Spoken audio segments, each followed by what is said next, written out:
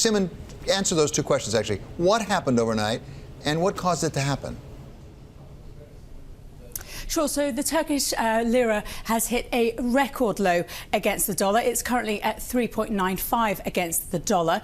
And as it was hitting record lows earlier today, the central bank announced that it would be tightening liquidity effective tomorrow. Now, how is it going to do this? In effect, it's going to cut access to cheaper funding for banks, forcing them to borrow at a more expensive rate. And in effect, it is raising the cost of lending by 25 basis points.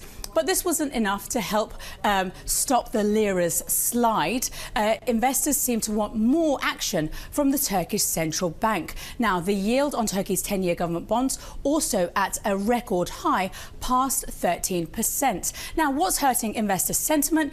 Last week, President Erdogan came out and criticised the Turkish central bank, saying it was on the wrong path. President Erdogan wants lower rates in order to boost economic growth. Of course, this is concerning investors, saying that he shouldn't be putting political pressure on the central bank, which is supposed to be independent. Now, the lira is also being affected by political spats that Turkey is having, both with the US, Europe and NATO. So investors very concerned about the situation here in Turkey.